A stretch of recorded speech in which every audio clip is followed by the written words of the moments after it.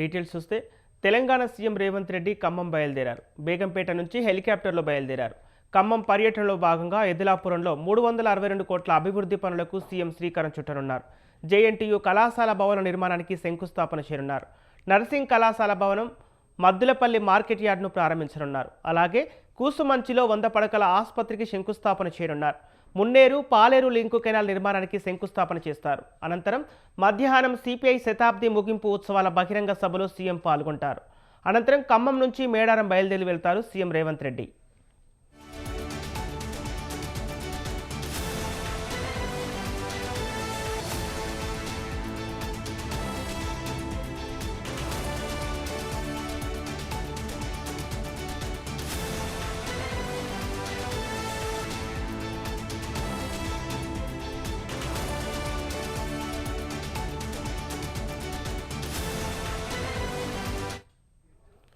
Telangana CM Revanth Reddy Khammam బయలుదేరారు. బేగంపేట నుంచి హెలికాప్టర్లో బయలుదేరారు.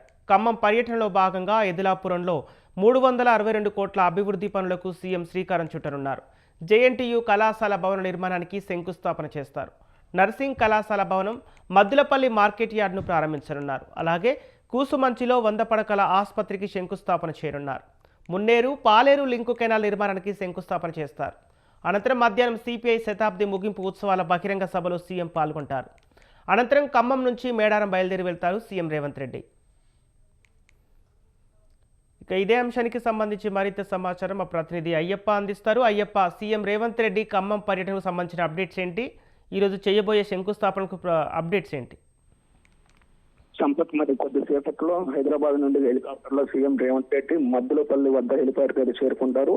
అక్కడ పనులు ఉన్నటువంటి 362 కోట్ల అభివృద్ధి పనులకు ఆయన ఈ రోజు శ్రీకారం చుట్టనున్నారు.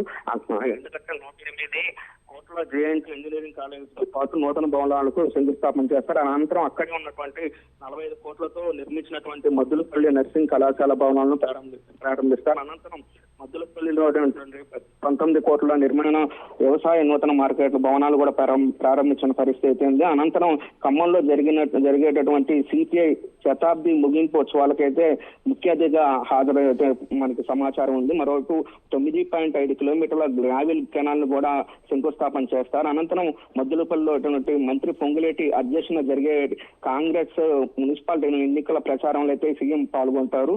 అనంతరం సభ తర్వాత ఖమ్మంలోని పొంగులేటి నివాసంలో భోజనం చేసిన అనంతరం మధ్యాహ్నం 3 గంటలకు ఖమ్మం ఎస్ఆర్ బీజీఎన్ కళాశాలలో జరిగే సిపిఐ శతాబ్ది ఉత్సవాల ముగింపు సభకైతే హాజరు కానున్నాడు. ఆ తర్వాత హెలికాప్టర్ లో మేడారం బయలుదేరి వెళ్తారని మనకి సమాచారం ఉంటుంది. ప్రధానంగా అయితే భారత కమ్యూనిస్టు పార్టీ సిపిఐ వసంత ముగింపు ఉత్సవాలకు కమ్యూనిస్టు ఎర్రకోట మారిందని చెప్పాలి. ఎందుకంటే కాల పరీక్షకు తట్టుకుని రెపలపలాడే ఎర్ర జెండా అయితే ఖమ్మంలో కన్నుల పండుగగా కనబడుతుంది. ఈ నెల 21 వరకు అయితే సిపిఐ 100ఏళ్ల ఉత్సవాలు ఖమ్మంలో అయితే నిర్వహించేందుకు ఆ పార్టీ నేతలు అయితే గట్టిగా ఏర్పాట్లు చేశారు. ఖమ్మంలో నిర్వహిస్తున్న ర్యాలీ కావచ్చు, బహిరంగ సభలు కావచ్చు, ఎర్ర జెండా పూర్వ వైభవం అయితే రాబోతుంది. అయితే ఈ సభలో సిపిఐ నేతలతో పాటు జాతీయ సమితికి సంబంధించిన సమావేశాలు కూడా నిర్వహించున్నారు.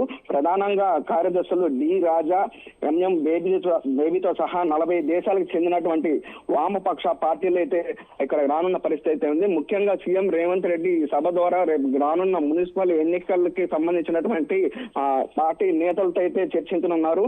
సీఎం తో పాటు ఇటు ఉప ముఖ్యమంత్రి బట్టి విక్రమార్క, తుమ్మల నాగేశ్వరరావు, పొంగిలేటి శ్రీనివాసరెడ్డితో పాటు ఇటు దామోదర నరసింహ, ఇన్ఛార్జ్ మంత్రి వాకిటి శ్రీహరి కూడా పాల్గొన్నారు. అనంతరం ఇక్కడ నుండి మేడారం బయలుదేరి వెళ్తారు. Sampath. Okay, right, thank you Ayyappa.